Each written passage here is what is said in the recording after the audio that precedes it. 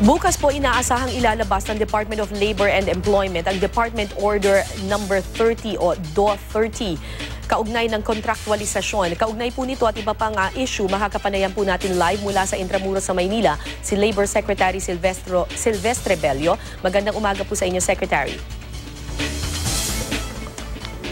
Secretary Bello. Magandang umaga po naman, Cara. Merry Christmas. Merry Happy Christmas New Year. po. Okay, sir, kaugnay po dito, I'll go straight to the point, tungkol po dito sa Department Order 30. Kasi alam naman po natin na nung kampanya pa lamang po, pangako na po ng ating Pangulo na wakasan itong contractualization. Ito po bang Department Order 30, ito na po ba yung susi para mawakasan ang contractualization, sir?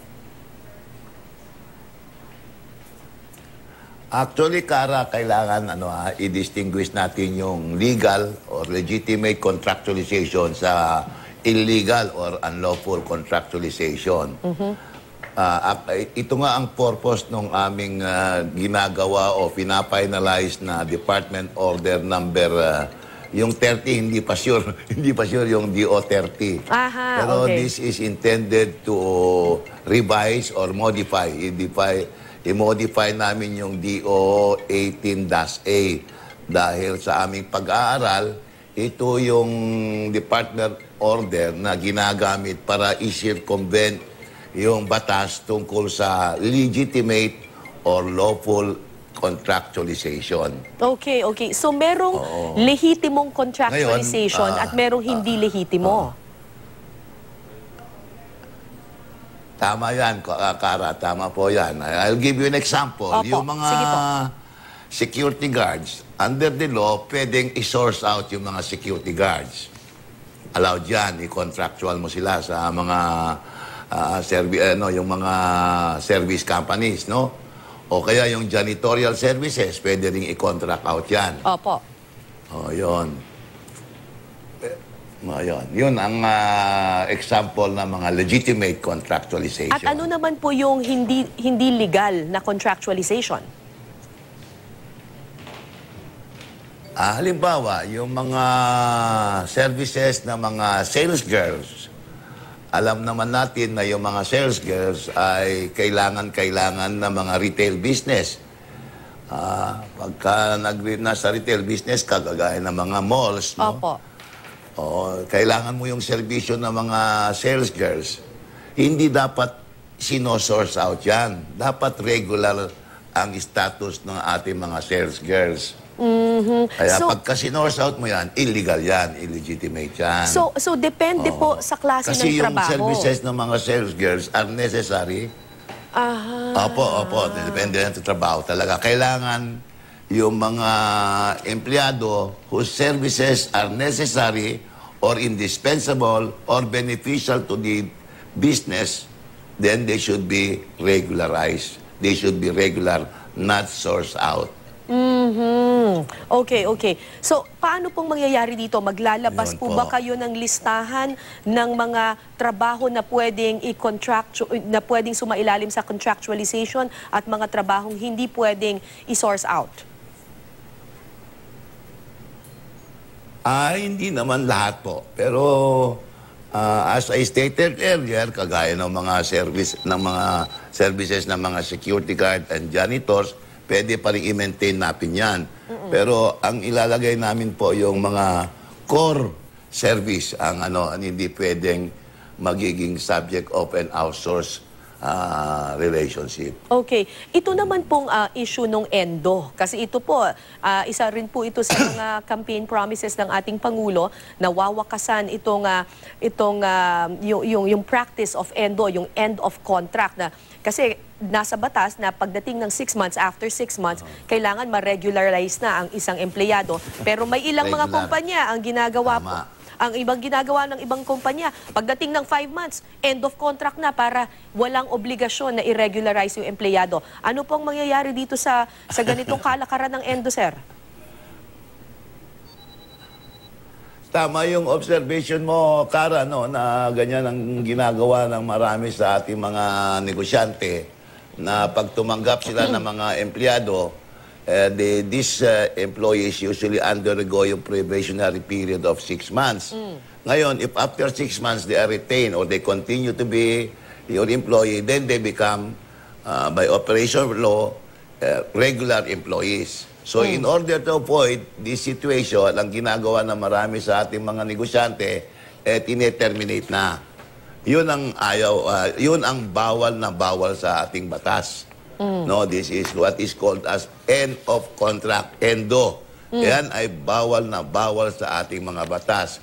Kagaya halimbawa yung mga short-term contract like 5 months, and they give you a contract for 5 months. After 5 months, they give you another contract for 5 months. Palagay ko na napapansin mo rin siguro sa network ninyo yan, Kara. Okay, sir. Pero ibang usapan na yan. Ibang usapan. Pero I want to emphasize na itong endo is a thing of the past. Dahil mismo mga employers and management group ay tinatanggap naman nila na talagang bawal yan. That is against the law, and they promise to cooperate with the government, with the President, na wala ng endo talaga. May ilang grupo po tulad ng Trade Union Congress of the Philippines, sir, na umaalma at tinatawag po itong Grand Deception. Yung ito po o panlilin lang dahil hindi naman daw talaga intensyon nitong department order na tanggalin yung contractualization. Hindi kasi nito saklaw yung mga seasonal at project employee. Ano po bang ibig sabihin kapag seasonal at project employee ka? Hindi nga ba ito saklaw nitong department order ninyo? Actually, yung seasonal at saka project-based employees, Kara, ito na naman isang example na legitimate contractualization. Oo, yung seasonal, halimbawa, let's take the case of Robinsons.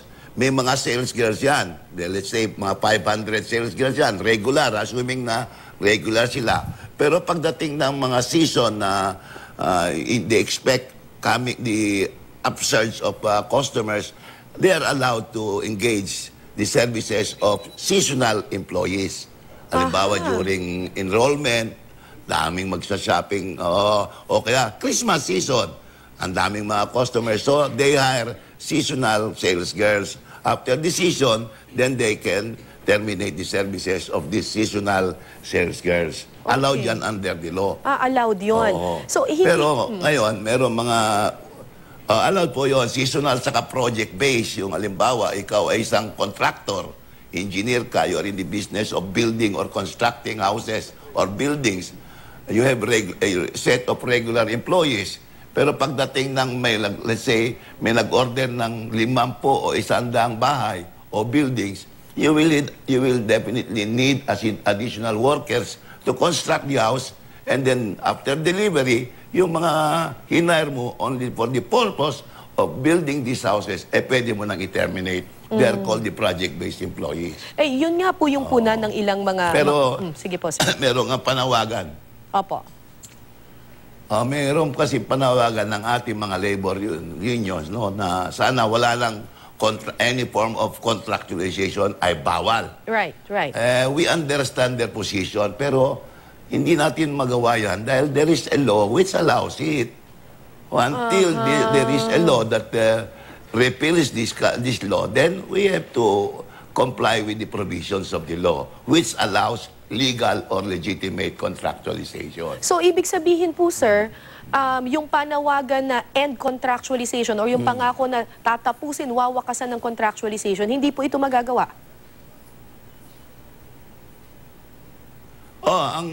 Ang gusto ng ating presidente, yung wakasan ng contractualization, yung illegal or unlawful contractualization. Pero yung mga legal o lawful contractualization, hindi mo pwedeng gawin yan, galawin yan, dahil yan po ay allowed under our laws. Okay. So ano ang dapat asahan po ng mga apektadong manggagawa dito po sa bagong kautusan ng DOLE? They have to realize na nandyan yung batas, wala tayong magawa kundi igalang ang ating batas. Although I know that in Congress, may mga pending bills that will completely prohibit any form of contractualization. But until such time na mayroong ganyang batas, wala tayong magagawa kundi sundin ang provision ng ating mga laws allowing in some instances yung contractual arrangement of our employees. Okay. So parang ito nga po yung yung puna ng ibang mga tao, parang wala rin naman palang nagbago. Kasi talirin pala yung kamay ng departamento pagdating sa contractualization. Hindi rin, Kara, kasi meron ding mga karamihan ay linalabag yung batas tungkol sa contractualization. Kagaya sinabi ko sa iyo, yung mga sales girls, kino-contract out nila yan. Pero hindi pwede yan. Kasi yung serbisyo ng mga sales girls, necessary and beneficial to the business of the company. Kaya hindi pwedeng contractual mga yan. Dapat regular sila. Yan ang aming ipapatupad. Yan po ang utos ng ating Pangulong Duterte. Unless of course the businessman or yung negosyante would say na hindi, seasonal employees itong mga ito. Ay, hindi. Alangan naman whole year round yung seasonal. Siyempre, may regular yan. At magdadagdag lang sila ng seasonal kapag dumarating yung season o kaya dumarating yung project. Ganon. Oo. Ang nabasa ko pa po dun sa inyong layunin or yung press release po ng DOLE is that isa pa doon sa mga changes na gusto ninyong ipatupad ay yung mas mabilis na yung pagpoproseso ng mga kaso pagdating sa mga ganitong klaseng mga contractualization. Kasi di ba dati mag-NLRC tapos pupunta pa sa Supreme Court. Pero I think tama po ba ang aking pagkakaintindi na with your department order ay mas pabibilisin ninyo yung pagdidesisyon? Tama po ba, sir? Tama po yan, Kara. In fact, merong mga commitment ng ating mga commissioners and for that matter, yung mga arbiters natin sa National Labor Relations Commission na meron na silang time frame to observe. Meaning, when a case is filed before them, we expect that cases to be resolved not later than 9 months after they filed. Okay. And that yung mga cases that are submitted for resolution should be resolved within a period of 90 days after they're submitted for decision. Sir, aside from being labor secretary, I understand kayo rin po ay involved dito sa pakikipag-usap sa peace talks with the CPP-NPA. Naglabas po sila kamakailan ng statement. Ano po ang inyong masasabi dito sa statement nila na sinasabi nila medyo may uncertainty daw ngayon sa alliance between the revolutionary movement and the Duterte government? Iba naman ang narinig ko dahil sabi nila, suportado pa rin nila ang liderato ng ating Pangulo. May mga differences, of course, pero by and large, nandun ako dun sa anniversary celebration nila sa Pakipado District sa Davao City. There were about 12,000 people there celebrating yung 48th anniversary of the Communist Party of the Philippines. And I was there. At I was there together with some government officials and they expressly stated that they still support the leadership of President Duterte. Okay. Dahil alam naman nila na sincero ang ating Pangulo. Ang tinututulan po ata nila, sir, base po sa kanilang inilabas na statement, ay itong Oplan Bayanihan, kung saan patuloy pa rin daw po yung operasyon laban sa kanila ng AFP, lalo na sa mga kanayunan. Actually, we have been talking regularly with them, Kara. Direct ang line ko kay Chairman Fidel Agcawila ng NDF Peace Panel, wala naman dumarating na reklamo tungkol dyan.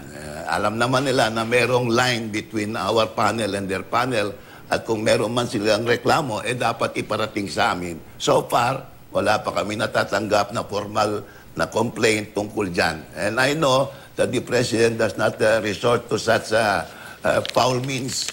Ang kanya ay open and transparent relation with them. Okay. Kayo po ay 6 na buwan na po bilang Labor Secretary. Ano po ang masasabi ninyong major accomplishments po ng inyong departamento? Lalo na po pagdating sa employment rate po. Ayun, mabuti na sabi mo yan. Merong under our, sa aming assessment, tumaas ng employment rate by, I think, 6.7%. Tumaas ang employment rate natin. At saka I'm very pleased to announce sa Kara that we have already a record of 32,000 plus regularization of contractual employees. Okay. Napag-regularize na ang ating mga 32,000 plus contractual employees have been regularized by the respective employers. And then there is a big, very big, I think one of the biggest in the country, food chain, who intimated to me their decision to regularize 17,000 of their employees. Okay. Ang laking bagay po yan. Kaya That's on good target news. yung aming target to reduce yung contractualization and by 50% before the end of the year. Mukhang on target po kami. Well, that's good news, sir. Maraming salamat po sa inyong panahon, Department of Labor and Employment Secretary Silvestre Bello. Salamat po sa inyong oras, sir. Salamat din po, Kara, and Happy New Year. Happy New Year.